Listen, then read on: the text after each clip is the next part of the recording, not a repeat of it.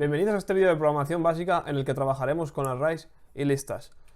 Primero veremos qué es un array, veremos qué son los arrays multidimensionales y veremos los jagged arrays. Posteriormente veremos las listas con el tipo list_t y veremos una pequeña introducción a LINQ. Primero veremos qué es un array. Bien, un array es un tipo de datos que permite almacenar una colección de datos, y estos datos pueden ser primitivos o creados por nosotros, en una forma como de lista. No hay límite de tamaño. El tamaño del array puede ser tan grande como queramos, siempre y cuando va a estar limitado por la memoria física del ordenador. Por lo tanto, no hay límite de tamaño lógico. Y estos arrays son inmutables. ¿Recordáis el vídeo anterior sobre la string? Que string es inmutable. En este caso pasa lo mismo. Una vez creamos un array, no podemos cambiarle el tamaño. El tamaño queda siempre fijo. Lo primero que vamos a ver es ver cómo declaramos un array. En este vídeo lo voy a mostrar más a modo de teoría que a modo práctica, ya que lo he mirado cómo hacerlo para que quede mejor y queda mucho mejor hacerlo de esta manera. Primero de todo, así es como declaramos un array. Para declarar un array es tan sencillo como después del tipo de dato, como hacíamos con las variables normales, le indicamos los dos corchetes, abrimos y cerramos corchete, y eso nos indica que es un array. Le ponemos la variable, cuando le damos un valor, tenemos que indicar dentro de los corchetes el tamaño que queremos que tenga ese array. Por ejemplo, este array es un array de enteros con un tamaño de 5. Y este sería el resultado. Vemos que son 5 espacios, pues este sería el resultado de esto. Darle valor a los elementos de un array. Para darle valor a los elementos de un array tenemos que acceder a ellos por índice. Los índices, recordamos que en programación empiezan desde 0. ¿Vale? Por lo tanto, llamamos a la variable, le indicamos el índice entre corchetes y le asignamos un valor. En este caso 25 al primero, 27, 25, 29 y 20. Y este sería el resultado final. ¿Vale? Cuando el código pasa por la primera línea incluye el 25, por la segunda línea incluye el 27, pero ya tiene almacenado el 25 de antes y continuamos. Obviamente se puede declarar e inicializar todo en una sola línea y este sería el ejemplo. Este ejemplo da el mismo resultado que el ejemplo de antes. Vemos aquí cómo declaramos todo en una línea. Abrimos llaves y le damos los valores. En este caso no necesitamos indicar el tamaño que va a tener el array, ya que al indicarle los valores en la misma inicialización, el compilador lo entiende y lo hace bien. Como he explicado antes, para asignar los valores tenemos que acceder mediante un índice. Vale, pues para leer los valores tenemos que hacer exactamente lo mismo. He hecho un ejemplo aquí muy sencillito en el que simplemente mostramos el número, he imaginado que es la edad, ¿vale? Entonces, ¿array qué tiene? Bueno, si hacemos array length, nos da el tamaño del array, ¿vale? Nos da el tamaño, contando desde 1. O sea, en este caso sería 5, pero el índice es 4. ¿Vale? Por lo tanto, para acceder a ellos uno detrás de otro, tenemos que hacer un bucle for, empezar desde 0, siempre y cuando sea menor, no menor o igual, porque si no, está ahí, va a ser 5. Y ese índice no existe en nuestro array y luego veremos lo que pasa si no existe y lo imprimimos. También tenemos la opción de utilizar un for each. Antes de pasar al siguiente bloque voy a enseñar un pequeño ejemplo, ¿vale? No muy grande, pero un pequeño ejemplo, imaginándonos que este array es edad. Vale, pues estamos aquí en el código para el pequeño ejemplo. Vale, esto sería la inicialización del array y la asignación de valores. Aquí imprimimos asumiendo que son edades y además de eso lo que podemos hacer es imprimir la media de las edades. Para ello he creado una función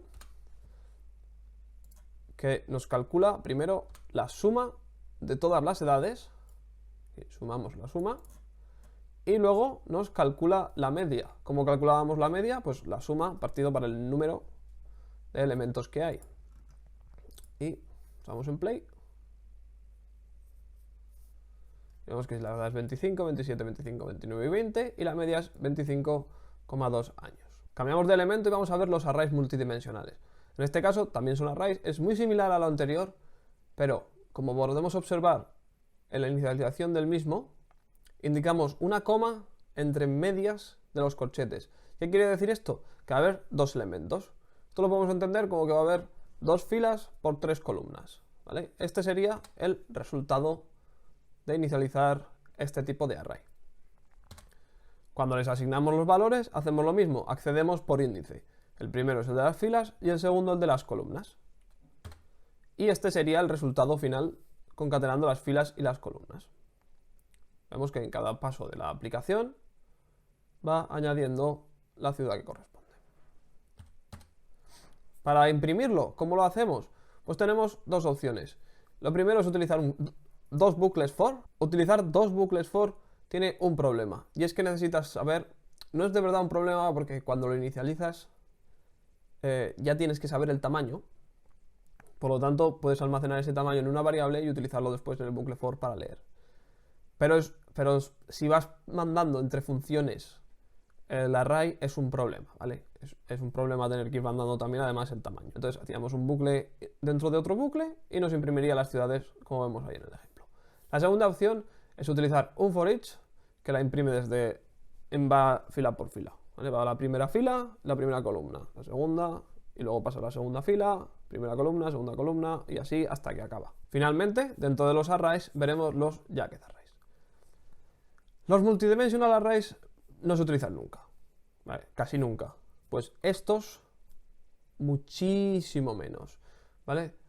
O sea, supongamos que del 100% de usos del array, 99% es array simple, 0.9% es multidimensional array y 0.1% es jagged array, ¿vale? Los jagged array es un array dentro de otro array y el segundo array puede tener un tamaño diferente en cada opción del array.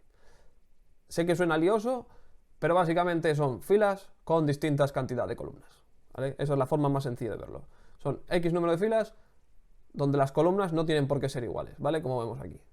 Digamos el tipo de dato, la iniciación del jagged array, la variable, y cuando declaramos el array solo indicamos el número de filas, ¿vale? Solo indicamos el primero de los valores. Y después tenemos que ir fila por fila indicando cuántos registros queremos en ese registro en concreto del array, ¿vale? Aquí suena un poco lioso, pero este sería el resultado, ¿vale? Vemos aquí que el índice 0 tiene 3, el índice 0 tiene 3, el índice 1 tiene 2 y el índice 2 tiene 4, ¿vale? Para la asignación de valores es lo mismo, por índice, ¿vale? Primero la posición de la fila y después la de la columna. Y este sería el resultado final. Finalmente, cuando queremos acceder a los valores, tenemos que hacerlo exactamente igual. Tenemos que acceder por ambos índices. Por lo primero que tenemos que hacer es calcular el primero de los índices. ¿Cuántas filas tenemos? ¿Vale? Y para eso utilizamos la propiedad length, que es la que nos indicaba en el primer ejemplo que hemos visto de arrays, el tamaño que tenía. Como hacemos aquí, lo podemos ver aquí. ¿Vale? Escribimos algo simplemente para ayudarnos a imprimirlo después. Y ahora, estamos en el primer array. Tenemos que imprimir el segundo. ¿Qué hacemos? Utilizando el iterador del primer array, simplemente accedemos al segundo. Como vemos aquí, para calcular la propiedad, tenemos el array provincias de i, que es la referencia al anterior, y el tamaño, y nos indicará el tamaño. Recordemos que uno eran 3, 2 y el otro eran 4. Pues ahora, sobre esto, es otro for, y cuando queremos imprimirlo, accedemos con ambos índices, i y j. Bien, ahora unas pequeñas notas antes de pasar a las listas. Si intentamos acceder a una posición que no existe de un array, o sea, creamos un array con 5 elementos, intentamos acceder a la posición 7, como vemos en el ejemplo, nos dará un error. El programa compila, pero se rompe en runtime. La otra pequeña nota que quería indicar es que si indicamos un array de enteros, no podemos asignarle un string, y si indicamos un string, no podemos asignarle enteros. Cuando asignamos un valor a un array, tiene que ser del tipo que es el array. Si no, pues no deja. En este caso, no deja compilar. En este segundo bloque pasaremos a ver lo que es list t. List es un tipo de dato que permite almacenar una colección de datos. También puede ser primitivos o podemos crearlo por nosotros mismos. Tampoco hay límite de tamaño, lo mismo que antes, límite de memoria, pero en este caso sí que son mutables, sí que podemos añadir o quitar elementos de esa lista. Y además de eso, permiten ejecutar consultas link. Esta es la forma de crear una lista. Indicamos el tipo de lista y dentro del símbolo mayor-menor indicamos el tipo de dato que esa lista va a contener, la variable y más adelante la declaración. Como vemos aquí, no le indicamos ningún tamaño, ¿vale? No le indicamos ningún valor, no le indicamos nada. ¿Cómo vemos eso? Pues para añadir elementos a la lista, la propia lista tiene métodos. En este caso el método es add. Como podemos ver en este ejemplo, añadimos add Huesca, Zaragoza y Teruel. Y en este caso la lista se nos quedaría una lista de 3. Si vemos un poco más abajo, veremos que hay unos métodos que por defecto list nos permite utilizar. Por ejemplo, tenemos toArray, que convierte la lista en un array, por si queremos trabajar con arrays. Como segunda opción tenemos addRange, que es similar al add que hemos visto antes, que añade un elemento, pero en este añade varios elementos. Añade una lista, por ejemplo, una lista dentro de otra lista. Count nos dice cuántos elementos hay. First nos devuelve el primero, last el último, clear la limpia. Y además de eso hay muchos más. Hay muchos otros que se pueden mirar más en detalle. Finalmente veremos qué es LINQ. LINQ es un lenguaje de consultas. Inicialmente estaba diseñado para utilizarse en consultas a bases de datos. ¿Qué pasa? Que las consultas a las bases de datos y las consultas dentro de las colecciones de datos son muy similares. Por lo tanto, desde el equipo de desarrollo de .NET decidieron que esto tenía que ser viable hacerse aquí. ¿Vale? Esto es simplemente un pequeño ejemplo de cómo es LINQ. ¿Vale? Vemos aquí el tipo de dato. Y enumerable quiere decir que podemos enumerar sobre él. ¿Vale? Entonces, vuelve un enumerable con un tipo de dato string. Recordamos que esta es la variable que hemos creado con la lista, where, una consulta dónde, ¿vale? Consultamos dónde, x, aquí, x flecha x, esto es la asignación, ¿vale? Que le hacemos a cada una de las filas de la lista. ToLower, como vimos en el vídeo anterior, convierte a minúscula todas las letras. Contains, como vimos en el vídeo anterior, contiene E, ¿vale? Y lo almacena en ciudades encontradas. Y luego hacemos un for each por cada ciudad encontrada y la imprimimos. Vamos a ver un pequeño ejemplo. Bueno, estamos en el código, es el mismo ejemplo de antes, simplemente he añadido Cáceres y Badajoz también. Y vemos que hacemos aquí la consulta where. ToLower contiene una E, ¿vale? Le damos al play. Y nos imprime Huesca, Teruel y Cáceres, las 3 ciudades que contienen una E. Podemos hacerlo con cualquier carácter. Si por ejemplo ponemos aquí una B mayúscula, no nos va a devolver nada porque hemos convertido todos los caracteres a minúscula. Además de este pequeño ejemplo, obviamente se pueden hacer muchísimas cosas más con LINQ, ¿vale? Este simplemente era un pequeño ejemplo como de introducción, como de explicar que permite hacer consultas. Bueno, y esto ha sido todo en este vídeo. Antes de finalizar, una pequeña conclusión. En términos de memoria, Array es ligeramente más ligero que las listas, es un pelín más rápido trabajar con él, si sabes lo que estás buscando, que list. En usabilidad, list es mucho más sencillo. En el 99.9% de los escenarios utilizaremos list siempre. Mira, para ser sinceros, yo creo que he utilizado Array trabajando 4 veces. Obviamente hay que saber todo lo que permite hacer un array. Hay que saber todas las opciones, porque luego eso lo puedes transformar en list. Y bueno, esto ha sido todo en el vídeo de hoy.